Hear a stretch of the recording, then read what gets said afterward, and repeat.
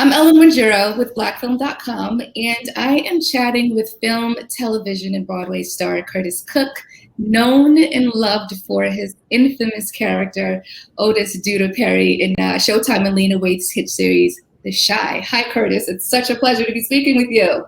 Oh my God, thank you, Ellen. I appreciate it, and it is a pleasure to speak with you as well. I got to tell you a little story. When the possibility of this interview came across my desk, I just watched episode 2 of the current season. Duda made that epic announcement as the new mayor of Chicago, AKA the boss of the police, right? And I remember saying to myself, I remember getting so amped up after that scene, and I said to myself, I need to holler at Curtis about Duda, okay? And then a couple of days later, the interview was greenlit. And I was like, look at God. Look at say it. Won't he do it? Won't he do it? So then here we are, and I got questions, man. So I'm just going to jump right into it. Okay. So your character's arc has been the most intriguing to me in terms of evolution and rising to the top. And so the one question that pops up for me is Duda gangster or mayor? Like, who is this dude really at his core? Or are the two one and the same? See, and that's a question that I was grappling with at the beginning as well. Because, you know, when I came on at the beginning of the second season, he was basically just gangster and a pizza man, right? But I would like to call him a gangster mayor. And then, you know what? And that's not that far off from any other mayor that we've seen in our city, in our country, all over the country. You know what I mean? I think a lot of them have a bit of gangster in them, just to get some of their policies passed and get stuff pushed through with having a strong vision of whatever they want to be done. So I call him a gangster mayor. And I think we're in episode 7 that's airing currently. I don't know when this is going to air, but he's about to be more gangster after, you know, he's been shot and all that, than mayor coming up in these last few episodes of this. Oh, wow. Okay. I thought it was insane that he decided to defund the police, right? When you think about his character, you know, his former self is the antithesis to that very institution. And there he stood firing, essentially, right? And I thought that was such a powerful scene. What was going on in Duda's mind in that moment? A lot of things. One, it was, you know, Jake, his adopted son or his foster son, or however you want to look at it, had just been attacked by the police. Right. And, you know, there was a scene that was written that was actually taken out that where he goes into this whole litany of things that have happened to him because of the police as well. So the trifecta of him, Trig, and Jake standing in the hospital room after this boy has just been beaten. Yeah. And realizing that it represented the whole country of these black men getting torn down and abused by these officers over again. He finally realized at that moment, I can do something about this. I mean, I don't know what the right answer is, but you know what? You know, when you're angry and you just want to just like, you know what, I'm gonna just start over. Let's just start over. I know what I need to do. And I feel like he felt that way. It was like, this is wrong. It's been going on for too long. People want to sit around and debate about it. They want to try to find these other ways. I'm in charge right now. Mm-hmm. I'm going to do something about it. And that's how he kind of did his whole business work in the first place. You know, how he became who he was. He's that dude that says, you know what, if you're not going to give me a seat at the table, I'm going to create my own table. So I don't need your seat. So I think he had that fire behind him, and the anger and the passion and the love for his foster child. It's like, you know what, some things need to change. And as well as his community, I think. People don't like to think of Duda as being a community man, but sometimes I'm not making an excuse for him or anybody that has this lifestyle. But sometimes in some of our black communities, like the one I grew up in, there appears to be not a lot of opportunities. And so you have to make a way how you can. Sure. And some of those things come out to be not so accepted, you know? But then you have the pharmaceutical industry and you have all these other industries that's basically kind of doing the same things. Right. And they are accepted, you know? If you want to see, Duda's always been that guy who's been about a community. I mean, even when he had the pizza shops, he was employing young people in the pizza stores. He was doing all this great stuff. So that's what was going on. That's a long way to say that's what was going on in Duda's mind. Just coming back and giving back to the community and making a major change in that moment. And I, as a viewer, I felt that. And I think that was the moment that my perception of Duda shifted. right? And it started from, fear and to some degree loathing, right? to admiration. And then I need to put some respect on Judah's name. And so here is this man that's kind of showing a different side to him. Let me look at him a little bit differently. And so, is there truly any good underneath his ruthless and stoic exterior? I want to say yeah, but I'm not sure. Or is it all a power grab?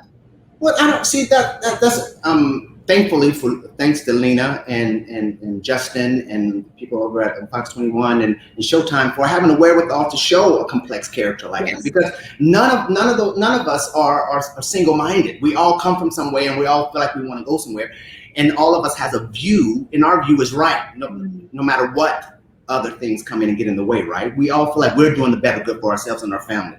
And if you remember in season 3, when Rosalind and Dude are in the car, she's like, why did you want to run for mayor? And he's like, you know what, because I was told that I couldn't. This teacher, who's somebody who I was supposed to look up to, was supposed to guide me, basically said, you can't do that because you're from this area of town and they don't do that over in that area.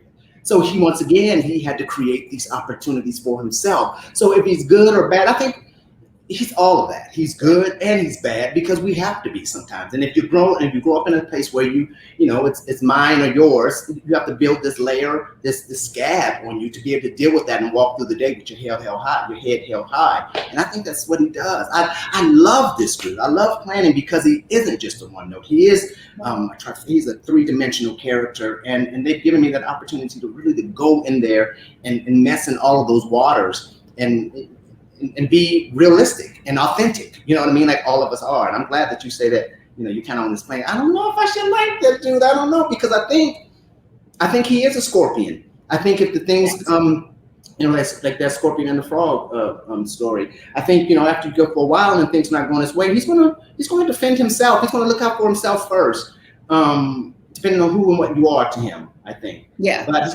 I think he also is going to give you an opportunity to go a different way. That's the other thing I like about Judah, is that he very rarely lies. He very rarely lies. And if he says he's going to do something, you can rely on him to do it. And come on, what else can you really ask from a person? That's true. That's a very, very good point. Yeah. And so that's a great segue to my next question. Your commitment to the role of Judah is, quite frankly, exceptional. He is layered, he's complicated, he's nuanced. Who or what did you draw from to bring Judah to life? Yeah, thank you for that and saying that, because I've worked really hard at this craft. I've been doing it for a very long time. So to have the opportunity, once again, thanks to Lena and Showtime, to have an opportunity to be able to play this guy like this is amazing to me. So I don't take that lightly. But I draw from a lot of the things that, of course, I did all the research on gangster lifestyle and mob lifestyle and what that how that could be and how it's looked at from the inside out. And then I have my father and I have my grandfather, who are very similar men, but who are also very different dudes. My grandfather was a self-made man. He didn't graduate high school, but he ended up, I grew up in Dayton, Ohio. He ended up owning major real estate in Dayton, and he used to have these juke joints. God rest his soul, he's no longer with us. These juke joints in Dayton, like at the basement, and I used to be able to go down there and sit and listen to everybody come down and play cards or whatever. And if anything ever broke out, he would have his back behind the bar and this other stuff. And I'd be like, oh, granddad's about to get it. And my dad, who was a very hardworking father, and drove a truck for a while, and he drove the city bus, the RTA, for a while, and then he had a pest control service for a while.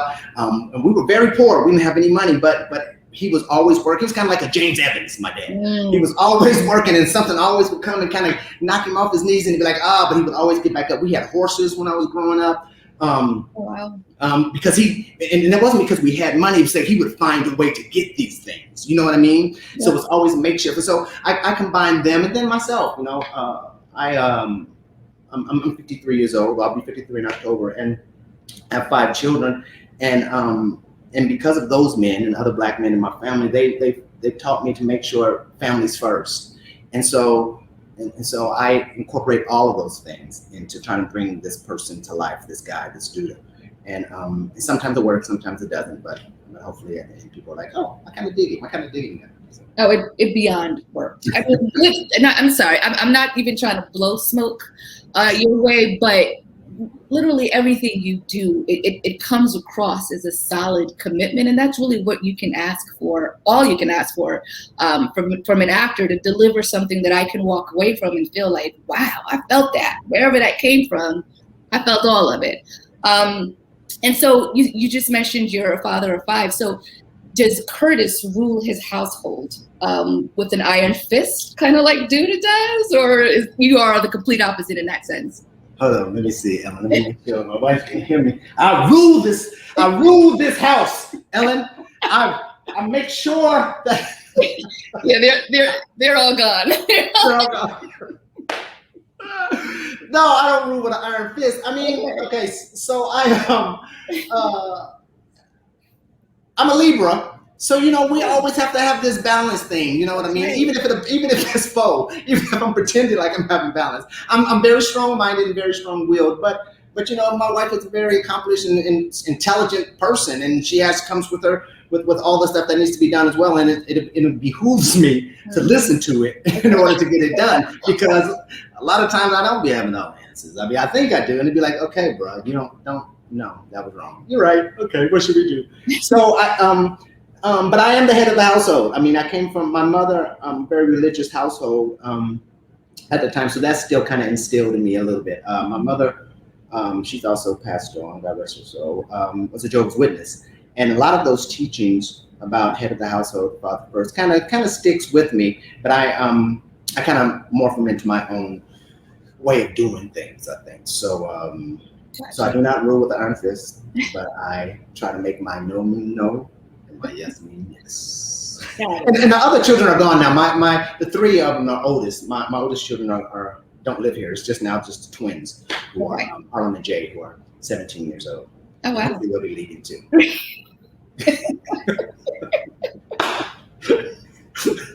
It's like, wait a minute. Get out. No, I'm joking. So we have 3 more episodes to go in The Chi. What can fans expect from Duda? Is he going to be able to let go of his gangster past to embrace his political future, or what? Well, he's been shot. Well, so yeah, and thank God he survived. Thank you. And my bookkeepers, okay. People in the film are also they're also like, oh, okay. But I mean, I'm saying that to say is that, that's that feeling that every time I try to get out, or every time you try to get out, they pull you right back in. And it's that feeling for Duda as well. He's like, you know what? I thought I was helping the community. I thought I was doing some good stuff here. And of course, you can't run away from your past, and you're going to always have to pay for your past. And of course, I mean, I'm sure this will be aired after everyone has seen it. If you're not, spoiler alert, when Laverne comes back and shoots him, everybody kind of goes, yeah, well, you are responsible for a lot of her grief. Right. You know what I mean? So you can't really be angry about it. So but because of that, it's going to make him begin to question, who did you serve? Who do you help, and why? So once we get into roughly episode 7, he kind of starts there, but it really doesn't come for him to episode 9. When we get to episode 9 is when he really starts to ask the questions and really start to delve into, you know what? I need to look at me and I need to change some things. And he starts to reach out to certain, it's going to be crazy. He starts to reach out to different people to honestly ask for help. And I think they're kind of leery, like you are, kind of like, hold on, where's this coming from? Is there a ulterior motive with this kind of way? Because I don't normally see him like that. And then how it plays itself out is going to be, end of the season. Incredible. That's really incredible. I cannot wait. Oh my goodness. Okay. All right. So let's pivot. Mm-hmm. You have been booked and busy. Okay. We get to see you in the highly anticipated Steven Spielberg directed film West Side Story, which is an adaptation of the 1957 musical. Congratulations, by the way. Thank you. Thank you for that. That's huge. And I want to ask, how was it working with Spielberg? But then I also recognize you've worked with Scorsese, in Shutter Island, with Pollock and The Interpreter. So you are in, your usual company. But right. I'm curious, how was that experience? and I've also worked with Carl Franklin, you know, who did Devil in the Blue Dress and worked on House of Cards. But I never take it for granted, Ellen, and I never try to feel like, you know, I've been here and I know what I'm doing, because there's so much always to learn every time you walk on any set. And then if you walk on a set of a great, all you do is just shut up and listen. You know what I mean? You get there and you hit your mark and you ask questions and you try to be there as often as you can, even if you're not working, so you can see and learn and be a fly on the wall of all of those things that they're doing, because there's so many jewels. He was so accommodating. He watches The Chi, which always trips me out. I say this on all the interviews, because I was like, wow. you know, people are in there, he's like, yo, I love what you're doing on The Chi. I'm like, okay, dude, I know you're not watching. He's like, but thank you. He's like, no. You know, when you came in, blah, blah, blah, and he started laying out the character work and all this. I'm like, Spielberg is watching The Chi. Right. And then I think he worked with Lena on something as well. And so he was like, tell Lena I said hello. Game player one or something like that. Player he worked with Lena on. And he was like, tell Lena I said hello. Lena wait. And I was like, okay. But it was amazing. You know, from the greats you get to learn how comfortable they are with how comfortable they make you feel. Sometimes these young directors kind of forget that, okay, it's your set, and I know you have an idea, but if the group that you're working with doesn't feel comfortable enough to express and give, it's going to make your job that much harder. But when you get with like the Scorsese's and the Sidney Pollacks and Steven Spielberg's, you kind of go in there and just kind of go ahead, let me see what you have. Let's see what you can do. And then if it's wrong or move to it, they'll be like, hey, let's pull back here. And what if, and why not? What about, you know what I mean? They're throwing out those questions, which gets your engine going even further. So it makes you want to express even more. And so I can't wait for y'all to see this film. It's going to be really interesting. And I can't wait to see it either. I mean, I know how I read on the page, and it was just an honor to be there. It's so funny that we talk about this right now too. I thought about this, and I didn't know if we were going to actually mention West Side Story, but so Arthur Lawrence was the original writer of West Side Story, the musical, and God rest his soul, he's passed on a few years back. But in the production that I did for him called Hallelujah Baby, I starred with Suzanne Douglas. And as we know, as we speak now, Suzanne Douglas was announced that she passed away last night.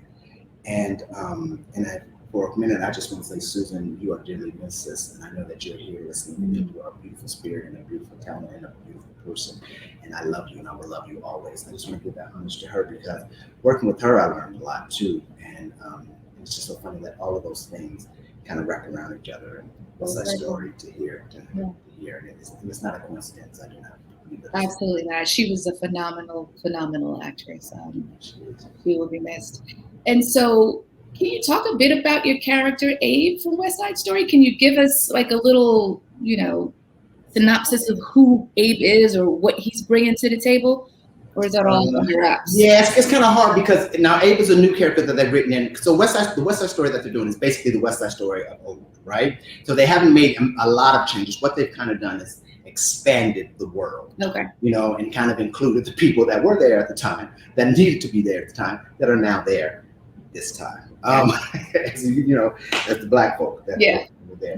And in that is where I come in, Abe. And he's a lot different from Duda. He's not so clean cut and more scruff. So I can't really say a lot, because I don't want to spoil anything for anybody. I just want them to be like, because I think initially people won't recognize me, because there was a few. So when you initially be like, what? Oh, that was. Yeah, then you go back and you be like, look, you'll see me or whatever. But so we had to add stuff, and he's a very integral part to the movie. Is he team Sharks or Jets? Or we can't say very integral part. Right. All right, I'll stop. Before you give away the whole story. The whole storyline. I'd be like, and then I didn't know why they did that, because when she came in, they just Curtis done told the whole movie out. Oh, that's hilarious. Okay, so I was wonderfully surprised to learn about your Broadway background. Can you talk a bit about your studies across the pond and your time on Broadway?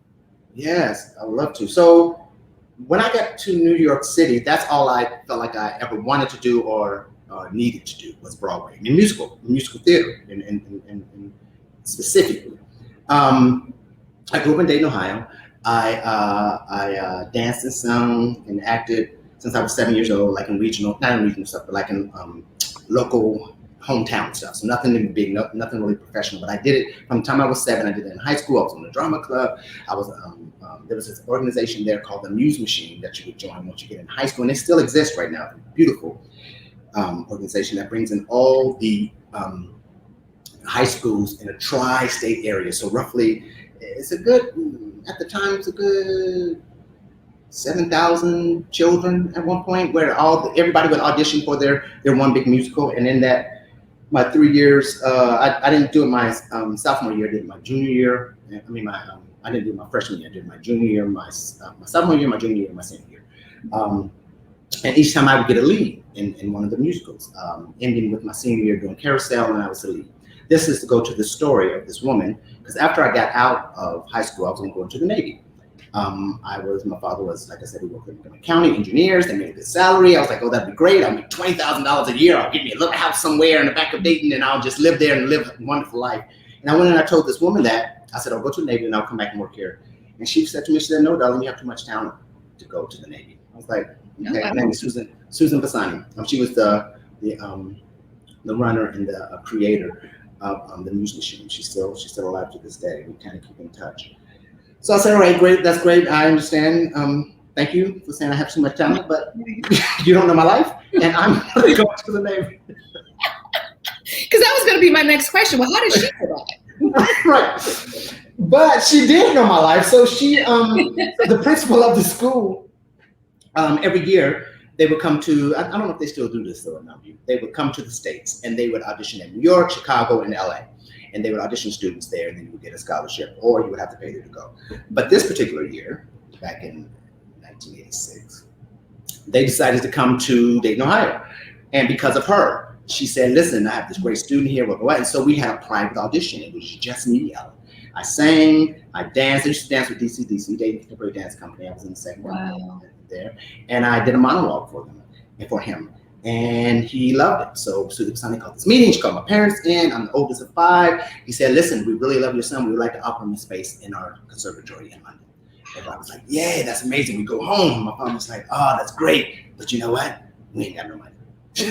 So tell him thank you, but no thank you. Oh. Go back, Miss Pisani. This was so wonderful. I really appreciate it. But unfortunately, we don't have the money to pay for this. She said, hold on, darling. Hold on. Just wait. Let me figure this out. I'm like, you don't know my life. She said, you don't know my life. We ain't got it. She didn't know my life. Again, she talked to the guy. He ended up giving me a full ride. What? To Mount View Theatre School in London. Again, look at God. See, this is where I get a little choked up, but I'm gonna keep it together, because that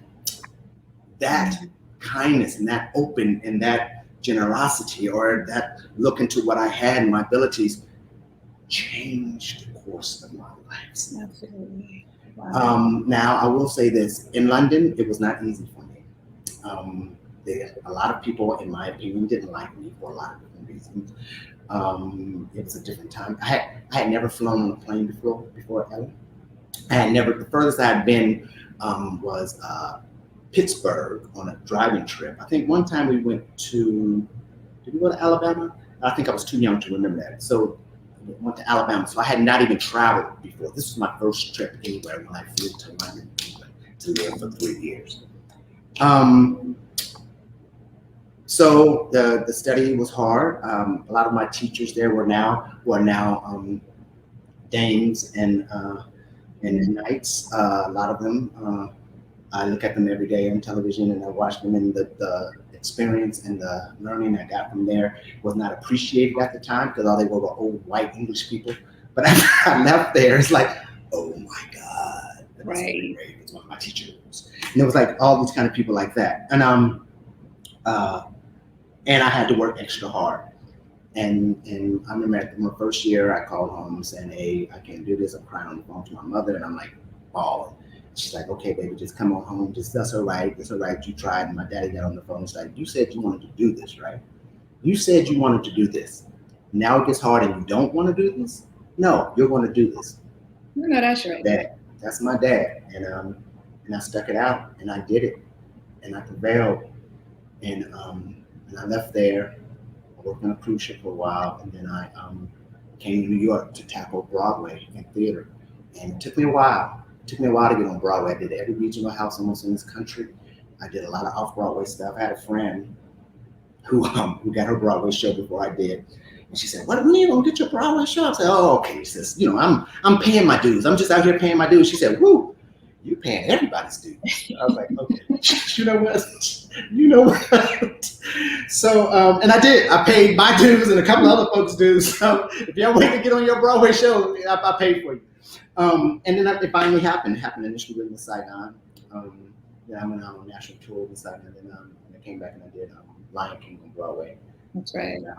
And I've been able to do a lot of other amazing shows. Indeed. Indeed. And is it true that you became the first American to receive a full ride scholarship to Mountain View Academy? Wow. Mountain View, yep. I was the very, very first one. And how it, I mean, I just told you how it happened. It wasn't like they were planning to do it. It was like they or she or whoever decided, you know what? No, this kid, let's try with him. And knock wood, I am so glad that they did. And I never stopped giving them their props. I never stopped giving them the props. And there was a teacher, Patricia Copeland, in my high school drama teacher, who also was very instrumental in that. Beautiful black woman, tall, beautiful black woman who used to do her Shakespearean monologue at any drop of a hat. She'd like, I'll tell you, like, Miss Copeland, please. But she believed in me too. She believed in me too, and she made sure that I stayed the course. And because I'm a knucklehead, I was a knucklehead. I thought I had it all together. I thought I was the bee's knees, but you know, time and a lot of knockdowns knocks that out really quickly. And I'm grateful for that. And I'm grateful for where I am now. Amen. West Side Story, it's finally making its way to theaters on Friday, December 10th, after a year delayed due to COVID. I cannot wait to see this film. One last question before I let you go. What else do you have going on the behind the scenes side in terms of directing? Because I heard, you know, you do that, and I was like, okay, is that not? I mean, I do direct sometimes just because of out of necessity, right? Okay. I'm not one of those actors that says, you know what, I want to direct and get behind the camera. Okay. I'm not really, but I enjoy acting. I enjoy this work in front of the camera. Gotcha. Producing, I'll get a hand in just, you know, to help get projects made or whatever. But I just came back from LA literally 2 days ago. No, right before 4th of July. Because we just finished a new film with Charles Murphy. It stars myself, Omar Epps, Will Catlett, Glenn Turman plays my father, Vanessa Bell Calloway plays my mother, Erica Tizell plays it. So it's going to be directed by Charles Murray. Lionsgate is putting that out. So we just wrapped. So, and what's the name of that film? That film is called, the working title was The Devil You Know. It's a beautiful story that Charles came to find. It's about these 4 brothers, myself and Von Verlon. These 4 brothers, me, Omar, Will, and Von, who go through this traumatic thing and how they stick together as a family. And when was the last time you saw 4 black men on stage as a family of brothers, or on stage in a film as brothers like this? And it's very powerful. It's a very powerful movie. I had a great time, and I literally just finished doing that. That's why it's at the top of my mind right now. Okay, looking forward to seeing that as well. Listen, it has been such a pleasure speaking with you. I look forward to the rest of your acting career and what you have to bring on screen. It's truly incredible to watch. So thank you for your craft. Thank you for being who you are. And thank you for this. I really appreciate it. Have a good rest of your day, Curtis. Thank you, sis. Bye.